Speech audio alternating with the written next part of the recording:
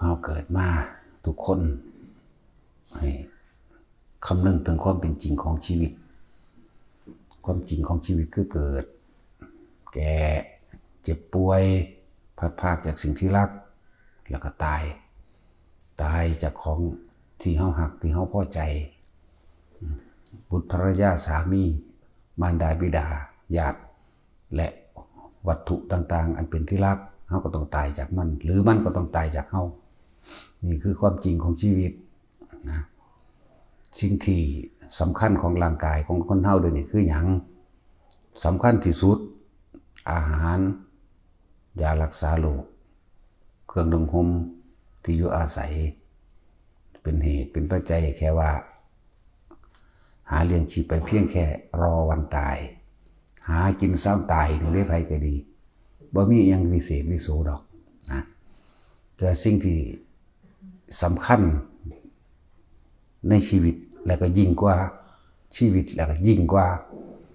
ปัจจัย4นี่คืออาหารยารักษาโรคเครื่องนุ่งห่มที่อยู่อาศัยยิ่งกว่านี่คือความเข้าใจธรรมชาติความเข้าใจธรรมะความรู้ตามความเป็นจริงในสัตว์โลกเป็นไปตามกรรมเกิดแก่เจ็บตายอนิจจังทุกขังอนัตตาให้มันรู้นี่คือสิ่งสำคัญคำว่าสัตว์โลกเป็นไปตามกรรมพวกเขาเฮ็ดอีหยังไว้ก็สร้างเขาต้องได้รับผลของกรรมคือการกระทำของตนเองเด้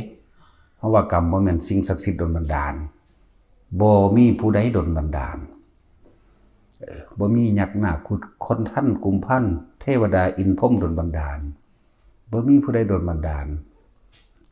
ตัวเฮาเองมีแต่กรรมลิตทั้งหมด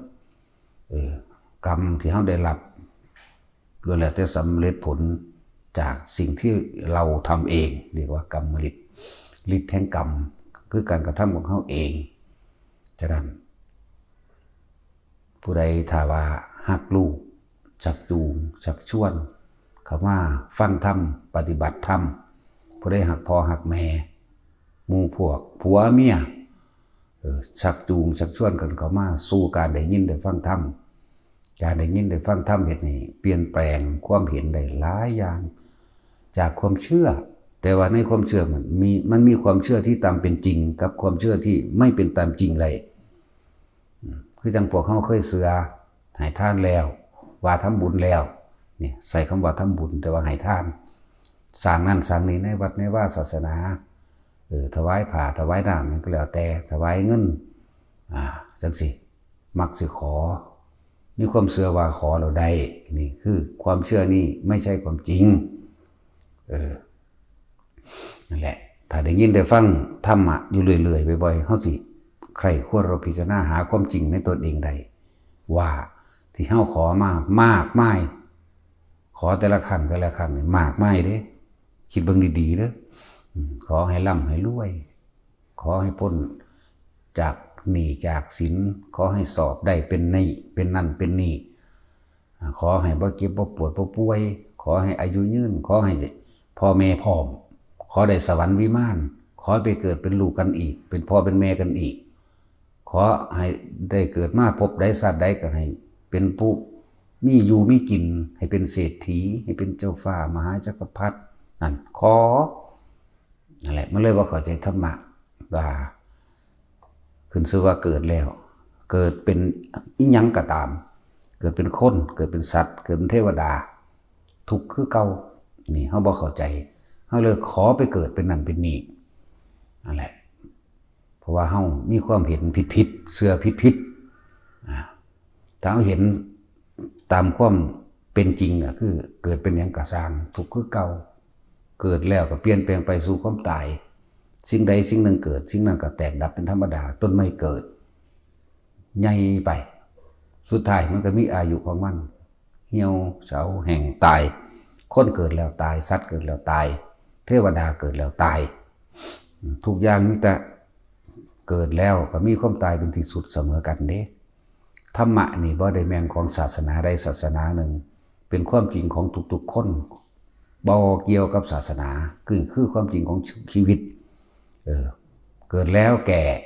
เกิดแล้วเจ็บเกิดแล้วป่วยเกิดแล้วหิวเกิดแล้วหนาวร้อนเกิดแล้วพัดพรากจากสิ่งที่รักใคร่พอใจ ความโกรธความเกลียดมาจากความรักใคร่พอใจใจว่าล่ะนี่แหละเหตุของมันอยู่นี่แบบนี้คือความรักใคร่พอใจในรูปในรสในกลิ่นในเสียงรูปไผ่ตอนแรกเขาเกิดมากับมีพ่อแม่เลี้ยงรักใคร่พอใจในพ่อในแม่รสบอกว่าสิเป็นรสชาติของชีวิตว่าเป็นรสชาติอาหารบอกว่าสิเป็นรสใดๆก็ช่างเถอะรูปรสกลิ่นเสียงรักใคร่พอใจนี่ที่นี่กับญาติพี่น้องต่างๆใหญ่ขึ้นมาตามอายุตัณหาก็เปลี่ยนไปเลยรักใคร่พอใจในบุคคลอันเป็นที่รักคือกามราคะในรูปในรสในกลิ่นในเสียงอีกเหมือนเดิมนั่นแหละเป็นเหตุให้เมื่อมีความยินดีพอใจแล้วความไม่ยินดีพอใจแม้นไม่ปรารถนาก็จะได้มาเพราะว่าสาเหตุจริงๆมันเกิดขึ้นจากความใคร่อยากที่เพิ่นว่าราคะความยินดีพอใจในรูปในรสในกลิ่นในเสียงนั่นแหละมันมาจากความใคร่อยากในรูปรสกลิ่นเสียงถ้าบ่ได้เด้ไม่พอใจโกรธเกลียดเครียดแค้นอาฆาตทำร้ายและทำลายกันฆ่าล้างทำร้ายกันได้เบิดอะไรจักว่านี่ให้เห็นนี่คือธรรมะบ่ได้เกี่ยวกันเลยครับศาสนาใดๆทั้งสิ้นทุกศาสนาเป็นแบบนั้นแม้แต่สัตว์เดรัจฉานที่ว่ามันบ่มีศาสนามันเกิดแล้วมันก็ป่วยมันก็เจ็บมันก็ตายเหมือนกันสัตว์ช้างม้าวัวควายหมูหมากาไก่นี่เกิดแล้วมันก็หิวมันก็ร้อนก็หนาวคือกันเด้เวลาคนที่สัตว์คนที่มันหักคือหมาคือหมูนี่ล่ะเป็ดไก่มันนี่ล่ะพัดภาคลูกมันออกไปเบิ่งดูมันก็มีความมันก็มีความเสียใจเด้มีความเสียใจมีความอาฆาตมีความโกรธมีความเกลียดเหมือนกันอะไรจังหวะนี้คือธรรมะบ่ได้แบ่งแยกชนชั้นวรรณะใดๆเจ้าฟ้ามหากษัตริย์ประธานาธิบดียังก็แล้วแต่เขาก็ป่วยคือกันนั่นแหละสุดท้ายเขาก็ตายจากสิ่งที่เขามีเหมือนกันพวกเขาก็เหมือนกันฉะนั้นบ่ต้องน้อยใจอริยทรัพย์หรือทรัพย์ขุมทรัพย์อันมหาศาลคุ้มทรัพย์จากพระโอษฐ์ก็คืออริยทรัพย์คือธรรมะที่พระพุทธเจ้าแสดงไว้ให้พวกเฮาทำตามทำละเอียดละออสุขุมคัมภีรภาพทำมีคุณค่ามากแต่ว่าถ้าเฮาบ่ปฏิบัติธรรมชีวิตของเฮาก็เกิดมาเป็นโมฆะมนุษย์บ่แม่นแต่โมฆะบุรุษเด้โมฆะมนุษย์ไปเลยแต่ผู้ใดบ่มีศีลธรรมคุณธรรมคุณะนี่คือสร้างคุณงามความดีมีการให้ทานรักษาศีลภาวนาต่างๆและมีการแบ่งปันความรู้โดยธรรมความรู้โดยอาชีพความรู้โดยยังกระตามที่ให้ไปแล้วเนี่ยไม่เบียดเบียนทำร้ายผู้อื่นชีวิตและทรัพย์สินเนี่ยนั่นแหละเอิ้นว่าคุณธรรมโดยไม่หวังสิ่งใดตอบแทนจึงจะเรียกว่าเป็นผู้ให้ถ้ายังหวังสิ่งใดตอบแทนไม่ใช่ผู้ให้อันนั้นเรียกว่าผู้ขอเอาของน้อยไปแลกของมากคือเอาใส่ซอง20 บาท100ขอไปตะพึดตะพื้อทำสิ่งหนึ่งเพื่อแลกสิ่งหนึ่งนั่นแหละตัณหามันจึงหาที่หยุดไม่ได้หาที่จบไม่ได้เพราะความอยากของเฮาตัณหานี่หาต้นไม่ได้บ่ฮู้ว่าอยากแต่ยามใดมันต้องอยากอยู่ในนี่แหละแต่ว่าหาปลายไม่มีจักสิพ่อหม่องใดเด้นั่นจักสิหยุดจักสิสุดจักสิจบหม่องใด